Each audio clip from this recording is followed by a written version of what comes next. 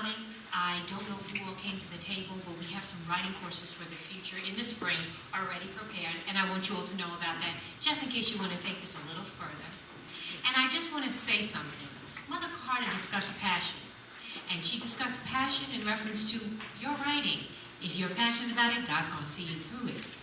Tina discussed sowing into your future. That is what she said, isn't she? Right. That's what she said. Tina, Long Island University is going to sow into your future with a $100 gift certificate that you are going to redeem for you.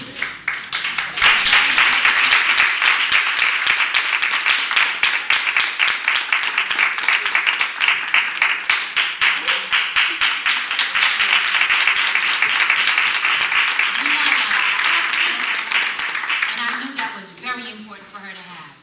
Right now, I would like to introduce to you Richard Solomon, who is an attorney.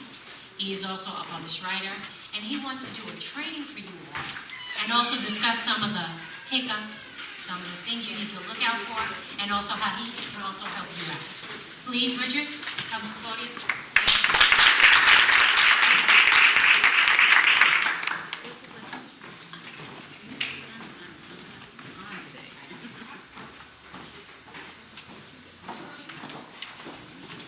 Good afternoon, and thank you for the privilege of being here. Let me tell you a story about a guy from Queens. He started out with nothing. It was me. It started about me. And to give you some perspective that you can do it, start with a blank piece of paper and some thoughts. And I originally started with an idea about writing a book about small business because my law firm practice out here in Long Island generally works with small businesses. You know, contracts and things like that. You know, your basic business issues. You know, debt, blow money, and things like that. Getting out of debt, you know, all that stuff. I said, you know what? I should write a book about business. And I kind of wrote about 100 pages or so, and kind of struggled through it. And then I said, you know what? There's a lot of books about business. It's a very crowded market.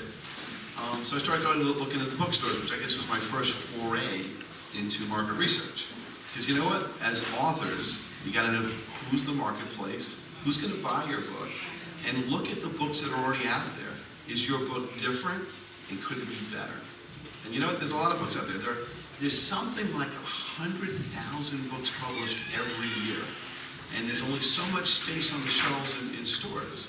Even with Amazon and the internet, all those other good things, you're lost if you're sort of not somehow like peeking up, you know, above like the groundhog. You gotta pick up, you know, and stuff like that. And so I said, you know what? Let's start over. I'm not on the right path. Let's start over. So what I said is, you know what? I'm an attorney. Let's go with my strength. My strength is I do a lot of small claims court work. And there weren't any books at the time on small claims court in New York. There was nothing. There's some general books about, you know, your guide to the California small claims courts, or just general stuff about how to represent yourself in court. So I said, you know what? Let me at least go to the marketplace with a book where there's nothing been in existence beforehand. So I started in 1999 in front of a gateway computer with a Hewlett-Packard printer. That was it. That was the whole business. And I started typing. I started writing what eventually would become Winning in the New York Small Claims Courts. Now, just to kind of go forward a little bit, this is really to give you motivation and inspiration. Sometime later, I was on Fox 5 Good Day New York at 7:30 in the morning in June, which is great because, you know, the weather's still nice, people are getting their kids ready, but they still haven't left the house. And there I was with, you know, Jim Brown and Chris Galis and, you know, all the people there. And I'm at a bus stop in Manhattan, and the guy went up to me and said, "You were just on TV, weren't you?" Because I was wearing the same clothes. And, you know, I kind of felt like, wow. You know, that was the first time when I felt like an author, like an established author. And it was really cool because you never know as an author how the road is going to go. Fox 5 called me up because I was teaching at the Learning Addicts. And they said, "Hey, would you like to go on TV?" And I said, "Absolutely." And I said, "Do you know about my book?" And they said, "No." So I said, so number one, make sure you always have copies of your books with you at all times. I messengered a book over to Fox 5 so fast, you thought I was a roadrunner. All right? I was there. And then they call you up, and you need to have a couple of techniques as authors. Number one is you need to give an elevator speech. You need to be able to go in a 5-story building on the ground floor, and when someone hits 5, for you to tell what your book is about, essentially, passionately, because we heard the word passion today, in 30 seconds. You need to, what is your book about, and why do people want it, and how is it different? You need to be able to have that elevator speech down pat. Now, did I bring a copy of my book? No, because it's a short notice thing. But I did bring a little bit of the postcards they have. Always have, so one thing you always have to have your marketing collateral, and have your books in your car, in your bag. Always have a business card, always have that stuff handy, because you never know who you're going to run into. You never know what kind of phone call is going to happen. You never know what kind of book fair you're going to be asked to attend. Now, since that time, just to kind of tell you the end of the story, 35 million people have listened to me on some radio show across America. That's 35 million people. That's 10% of the population of the United States of America have listened to me somewhere on the radio. Next Monday, December 11th, I'm going to be on a show called The Justice Hour in Palm Beach, Florida, on WPBR. I think it's 1370 AM, Lisa Massey. You must constantly market yourself, and you must constantly be out there, everywhere, all the time. And what you need to be is you need to be an expert in the field that you write about, so that you are the small claims court guy, you are the whatever person you are the expert. Now what you need to do is you need to really become very familiar with the book industry. So one thing that all of you should look at, and I want you to start writing this, Book Expo America. Book Expo America is the publishing industry trade show. And luckily in 2007, it's at the Javits Center in Manhattan. Last year it was in Washington, D.C., and it's been held in other places. In the years that was in Los Angeles, for example, I didn't bother to go because it's just too expensive between airfare, hotel, cabs, and things like that. But there's really no excuse why nobody here should not be at Book Expo America. It is thousands and thousands and thousands of square feet of book manufacturers. So if you are self-published, like my book is, if you're self-published, you'll meet Bowker, B-O-W-K-E-R. Who's Bowker? Bowker are the people that give you ISBNs, the International Standard Book Number. Everybody, that's the license plate for your book. You must have an ISBN. Every book has to have an ISBN. You will talk to Books in Print, because they list every book in print. You will talk to the people who manufacture and put together books. There are people, Great Plains book manufacturers, there's tons of them. You'll talk to people like Numa Press, who are in Baltimore, and they do things sort of like edit and layout. You'll talk to the people who do book covers. Just to give a quick plug, my friend Alex did my book cover. He did a phenomenal design. Like someone said before, I think it was Sister Betty, when that book is on the shelf, one of the things that I do with my book is when we designed it in pre-production, I went to a Barnes & Noble and took my book and I stuck it on the shelf just to see how it would look in the full array of all the books to make sure that my title stood out. So I had very bright lettering. And my book cover design guy, the guy from Alex from Forest Hills, did a phenomenal job. And took like a picture of the scales of justice and a NASA quasar exploding, and he made it really, really nice. And you know what? Book cover is important, but even more important than the book cover is the back cover. Do not forget the importance of what your back cover is going to be like, because I want you to do an experiment. I want you to go to a bookstore, I don't care what brand or whether it's independent or not, and look at people pull books off the shelves. What do? They take the book, they kind of look maybe 3 seconds at the front cover, and they flip it over to the back, and they start reading. They start reading the back cover. You are going to sell your book based on the back cover. So you need to have very good explanations on the back of why the book is good, how it's endorsed, if you can do that. When I first started out, all my friends were the people who endorsed my book. And you know, and don't be ashamed, I'll be honest. If you go to Amazon or Barnes & Noble, all the beginning reviews were people who were my friends, and I said, do me a favor, it's kind of lonely out there with no reviews. Would you write a book review for me? Do that, it's okay, there's nothing wrong about it. You need to, and I think some of the other authors talked about it too, you have to kind of start small. But eventually what ended up happening is I ended up being in the New York Times. The New York Times is giant page. I was something like 3/4 of a full page in the business section. My picture was this big, and next to me was a picture of Alan Greenspan, the chairman of the Federal Reserve, and he was this big. And so my big joke when I give keynote speeches and I take out the New York Times is I say, maybe they lowered their standards or something, but it was such an impressive thing because the push that I got from being in the New York Times and having a giant picture of my face, I think it was, I don't know, like 6 by 6. It was kind of unbelievable. And then, of course, publicity leads to more publicity. So all of a sudden, now that you've been on Fox 5, and then you're on 1010, and I've been on 1010 Wins with John Montone.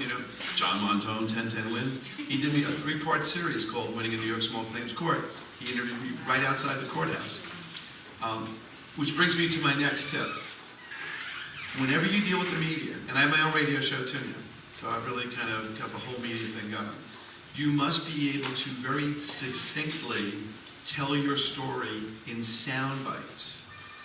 When I was on John Montone's New York, I believe each segment was maybe 75 seconds total, including the questions. So when they ask you a question, be mindful of the time, and then ask yourself, all right, what's my quick soundbite answer? You also need to be able to give tips and strategies if you're a nonfiction writer or you have a self-help book. So when Fox 5 called me, I was outside the Supreme Court building in New York at 5 minutes to 9, and they said, you have to be at our studios tomorrow at 5 o'clock in the morning. We need the on-screen banner messages. I need them now, quick. Give me your 5 tips. And I'm like, all right, be prepared, never lose your credibility, be flexible, settlement's a win, and I was just able to rattle them off. You need to be able to be spontaneous and to rattle off your message. You can do it because this is your message and this is the passion just being expressed a little bit differently. But the journey of authorship only begins with the blank page. It will have to end up in things like audiobooks, radio interviews, excerpts, supplements. Now, one thing about selling, we'll talk about selling for a minute. In order to really sell a book, you must give away bonuses and you must do something to excite people to buy a book. Everybody sells their book, they got a list price. My book is $21.95 retail. Of course, if you get involved with Amazon, they'll substantially discount your book to whatever it is that they consider their new retail price. So let's say that Amazon says, all right, well, it's normally $21.95, but with us it's $14.95. Well, someone just took $7 and it just evaporated off the top. Then you only get a percentage off of that, and they usually take the larger percentage. So you have to be mindful of sort of pricing, but what you should do is have some kind of incentive. If you buy Winning in the New York Small Claims Court, you'll get a free bonus CD downloaded on the web called I Won the Judgment, Now What? So someone saying, wow, it's a good deal. I can get a book for about $15 and I get a free audio CD. That will separate you from all of your competition. Now, don't think of competition as other people who write the same kind of book as you do. Your competition is every book, every newspaper, every magazine, the internet, radio, because all of this falls sort of under education, entertainment. And people don't read as much as they used to. And sadly, newspaper circulations are kind of going down because people are much more inclined to sort of listen to radio in their cars, maybe a little satellite radio. And they tend to, especially the younger people. The younger people are just not reading as much as prior generations have. They look to the internet. So let's talk about the internet. You must, and I'm saying this emphatically, you must eventually have a website of your own. The website that I use for my book, and you should have a website that's catchy, is my book site is smallclaimsbook.com because it describes my book. That's right. If you want the Small Claims book, you go to smallclaimsbook.com. And if you actually go to the website, take a look at the site, and you'll see I don't have my own shopping cart. I just hook into Amazon and Barnes & Noble. So I let them do the selling for me. I don't have to worry about doing the shopping cart, the merchant services, taking credit cards, and dealing with that and dealing with sales tax. I mean, there's a ton of issues when it comes to selling books and being self-published. And I am self-published. I formed a corporation called Rescue Media, and that is the company that owns my book, and I was the one who negotiated all the contracts with the distribution people. If you are self-published, get to know who the distribution companies. The major ones are Baker and Taylor, Ingram, Book Azine, Book A-Z-I-N-E. And if you go to Book Expo America, all of them are there. And what's really important about Book Expo America is it's sort of like a giant college. You can go there and all the vendors are there, and I'm telling you, it's like a 3-day event. I'm there from the first minute it opens to the last minute. And they give away a bunch of free books and stuff like that. It's kind of cool. And you meet a lot of authors. I even interviewed Tim Russer at Book Expo last year. It was kind of cool. He's the guy from Meet the Press. You should certainly think about giving all kinds of library speeches and being in libraries.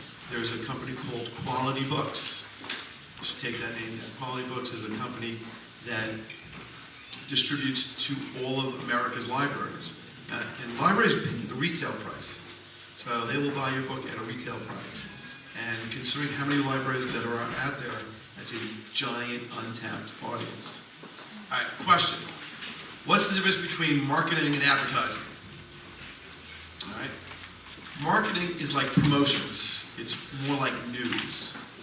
Advertising is exactly that. So when you take out an ad, it's an ad. But marketing is actually news and news items. So what you want to do is you want to have a balance between advertising and marketing to sell your book. In order to market your book, you must tie into events. So for example, every May 1st of every year is something called Law Day. So I said, all right, what's a great way to promote a book about law? Make sure that on Law Day, I contact media, tell them about my book, and try to do like a radio tour. Now, which brings me to the next topic, which is you need to be able to eventually think about press releasing your book to the news services. So there's like a company called like PR Newswire, for example, and there's a company called PR Web. There's a number of them that do press releases because you need to get the word out. And one way to get the word out is to have newsworthy items and newsworthy events. If you notice, whenever there's a crisis in the world, there are these military people or industrial people. Let's say there's a chemical spill in Long Island. They'll get some engineer, they'll dust him off, they'll throw a suit on him, there'll be a camera in his face, and they'll be saying, all right, well, this is, HCl, maybe there's a big board behind them, talks about, organic solvents and whatever. Where do they find these people? These people generally have been authors, and they list themselves in either databases or they have websites, because when the media needs to find an expert, they go to the usual suspects. You want to be a usual suspect. So when it comes to being the small claims court guy, for example, they will call you. Once I establish myself between the various television shows and radio shows and things like that, this past July, the New York Daily News did an article about small claims court. So who would they find? Well, the overwhelming number of articles was about Richard Solomon. Remember, that was the guy that in 1999 had nothing going on and had no sales and nobody knew him. But by 2006, in those 7 years, and it's a slow growth thing, and it will take time, and you've got to be patient. You will get a lot of no's. But what's really interesting is you'll be surprised at who gives you the no, and you'll be surprised at who gives you the yes. I'm out there pitching all the time, and little community newspapers were like, nah, not interesting enough. And yet, the New York Times thought it was important enough to put it in the business section, and I actually got the copy of that when I was on vacation in St. Martin. I was in St. Martin, I got it from, I was on vacation with my wife and whatever, and there it was. And I went up to the person who was at the cash register, I said, that's me. And they're like, wow, And there I am, wearing like a white shirt, puffy shorts and the whole bit. And there I was, and it's amazing because you need to have a lot of relevance in the world of media, because the more relevance you have, the more the search engines will find you. Now that's the other thing. Let's talk about search engine rankings. Right? Everybody knows, Google and Yahoo and all that other stuff. Well, how does Google work? Google basically takes a survey of all the trillions of web pages out there and says, all right, On the topic of small claims court, who has the most buzz? All right, well, New York Times and the Daily News and Fox 5 and 1010 Wins and the Long Island Business News all covered this guy, Rich Solomon. And I also have a radio show now. So I said, well, this guy seems to be somewhat important. And he's on Amazon, he's on Barnes & Noble. And then what they do is they look also to see who's talking about it. So if you're on the New York Times website as a link for a week, and then a couple other people mention you, your ranking will be really, really high. Let's face it, when you do a Yahoo, Google, Ask.com search, do you really look past the first couple of pages of results? No. All right, so when you're on the 15th page, and I've been on the 15th page, I was the only one who found me, because I would go next page, next page, next page, next page, next page. Where am I? Next page, next page, next page. I'm like, wow. It's like, I'm so unrelevant, it's not even funny, It's like, oh my God, I'm better off going outside and, on like maybe a major intersection, waving people down, Or at least if the people doing like the volunteer ambulance drive and they're throwing money in, to like make a deal and say, well, maybe every 10th car gets a book and I'll give me $5 or something. So you have to take that into consideration, because you must constantly ask yourself, what's working and what's not working. And you'd be surprised. There's no formula. I don't care who you talk to, the genius marketers, all those guys. The marketplace is kind of weird. All right, people are funny. Certain things are hot, and you don't want to be an overnight sensation. All right, you do not, because what about those hot bars and those hot clubs? They're gone. All right, you want to be like one of those long-term restaurants that everybody knows. Oh yeah, everybody knows Gino's Pizza. Everybody knows Pizza Sam and Jack's Heights. They've been around since 1978. You want to be around forever. Right. Because what happens is, if you're an overnight sensation, Barnes & Noble says, give me 50,000 books. They take it, by the way, a lot of the bookstores take these books on consignment. So you know who's the bank? Not Citibank. You're the bank. All right, so now all of a sudden, you're taking all this product, you're building up all this inventory, you're shipping out all these books, you go, I'm going to be rich. No, you're not. Because you've just sent out $50,000 or 50,000 books, which is a lot of your dollars, out in the marketplace. Well, they're going to sit there. And my friend Mike Golub has a great word, fester. The books just fester. And they're just sitting there, and they're kind of collecting dust. And other people are cranking out books, and the web, and newspapers all coming out there. And if they don't sell, guess what happens? They get returned. Now, who eats the returns? That would be you. And so all of a sudden now, all those $50,000 books are coming back, and you've eaten them. And the book publishing industry is kind of cruel. If your copyright is not really new, you're considered to be old. Now, what's interesting is the copyright of my book is 2002. And even though nothing has changed, the law is very slow to change. Let's say like the Constitution hasn't changed much, in the 200 plus years of our country. Well, small claims court's going to change even more at a slower rate. But the libraries and everything, well, when was this book published? Oh, 2002? You know what they say? You're old news. I'm like, what are you talking about, old news? It's like my library publisher said to me, I actually went to one of the book fairs, and I called him, I said, where's my book? You're supposed to be promoting my book. That's our deal. And they're like, well, what's the, 2002? Oh, we don't promote that anymore. And they're like, what are you doing? So ultimately, you're the only one who's going to promote your book. But the book industry is kind of funny. So one of the very important secrets that will save you tons of money is if you're self-published, don't have giant inventories. Start out with smaller runs. Update your book to the back, like you were reviewed by this and that, and Long Island Business News and this and that, so that you're constantly evolving and you're looking fresh. Because unfortunately, the book industry is somewhat of a beauty contest.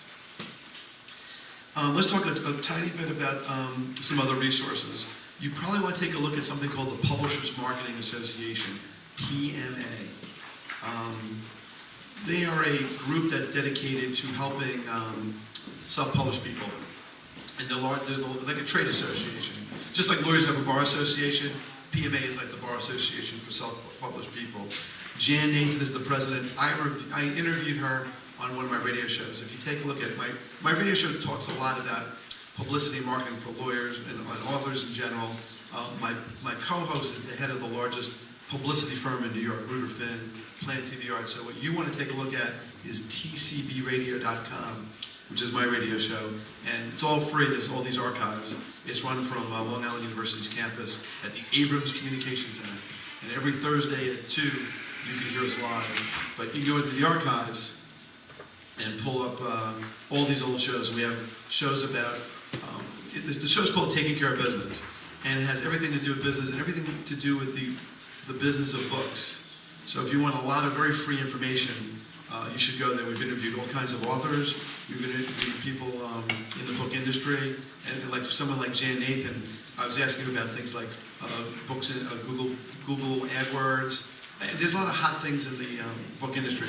For example, when it came out, Amazon had a thing called Look Inside the Book, because they decided that you will sell more books if you could look inside the book. If you take a look at my website, you can look inside my book, because they noticed that if you sell just a book cover on the internet, a book won't sell. Because what do people do when they go to the bookstore? Right? After they look at the cover for 5 seconds, and after they flip it over and look at the back cover, if there's still someone interested, they're going to thumb through it. You must imagine that selling process. So when you write your book, think of your table of contents. How thick is your book? What is the back cover like? Is there an index in the back? I'll be honest, embarrassing story time. I said, you know what, I don't really need an index, so I decided not to put an index in the back. It's probably a mistake. So when I do it next time, I'll put an index in the back. And my book is 300 pages, and I figured I had a very good table of contents, I had 100 pages of appendix material in the back, and I had a whole bunch of things going on. But what is the reader's experience? One of the things that we do not do as authors is we never put ourselves in the shoes of the reader. So when they're thumbing through that book, you got to be thumbing through the book as the reader. Another thing, editing. What I did to edit my book, and I think I'm a pretty good writer. I went to law school and I did okay. Went to Georgetown, which is an okay school. Even though a lot of people said that my writing needed improvement. And I had about 12 people edit my book. And I asked different kinds of people that I respected. I asked a couple of people who were accountants, a couple of people who were doctors, a couple of people who were published themselves. I said, I need you to read the book. And I asked the readers, my edit team, who all did it for free, and I'm grateful to all of them. I asked all the editing people, is it interesting? What needs to be cut? Just like my speech needs to be cut. Because these things go on and on. What needs to be cut? Because you'd be surprised that sometimes less really is more. Do ordinary people get it? Do I have good soundbite material? And you need harsh criticism.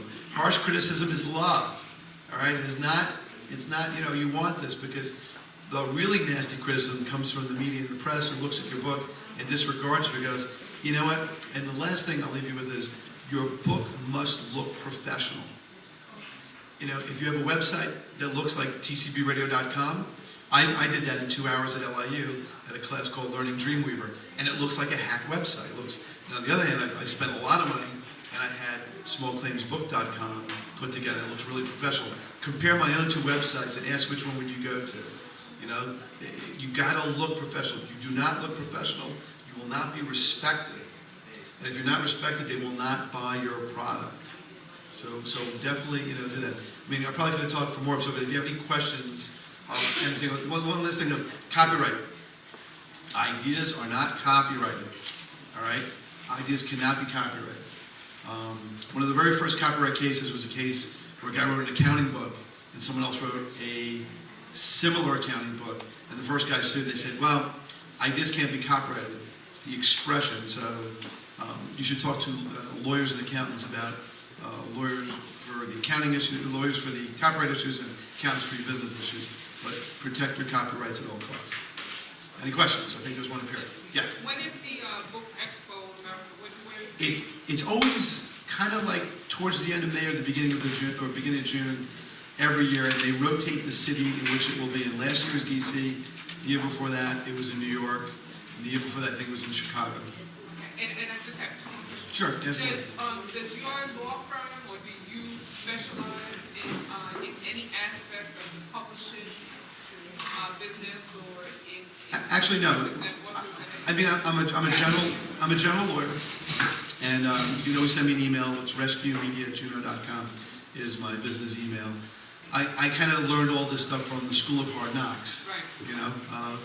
The trials and tribulations. There are all kinds of lawyers who are specialists in the author world. One interesting series of books to look at is written by Rick Fishman called Author 101, and they talk about proposals and all this other stuff, and it's very, very interesting. But as far as book industry lawyers, if you were to go to something like Book Expo America, all of those guys who specialize in representing authors and media people and things like that, they're in there. And then the third question is, with respect to all of the places that you cited that you've been, what is there any single event or any point that really made the difference in terms of the success of the book? No, it's actually, think of it this way, it's like building a building. You have to start at the foundation and keep working your way to the top. And the truth is, you have to keep putting each brick in until at some point it looks like a building. So, I did like the New York, I did, for example, I was a speaker at the New York Public Library of Manhattan. That gives you a little bit of credibility. Then you get on 10-10 wins and a few people here and you there. But a lot of it has to do with repetition. You have to be, your face just really has to get known, and you have to just speak and be at a lot of places. And finally, you'll hit critical mass. So what you really need to do is you need to keep marching forward to critical mass. And then at some point, you'll be a household name in whatever it is that the field is you want to be associated with. Like a friend of mine is the ethics guy, Bruce, this guy Bruce, he's known as the ethics guy. And he's established a whole industry around being an ethics commentator and writer. And his website is the ethics guy. When you all of a sudden, you have an ethical issue, it's like, oh, who's the ethics guy? Oh, yeah, that's Bruce Weinstein, the ethics guy. So you need to hit critical mass. So there's really no magic bullet. In fact, that's true of all business issues, too. There's just no magic bullets. Anybody else?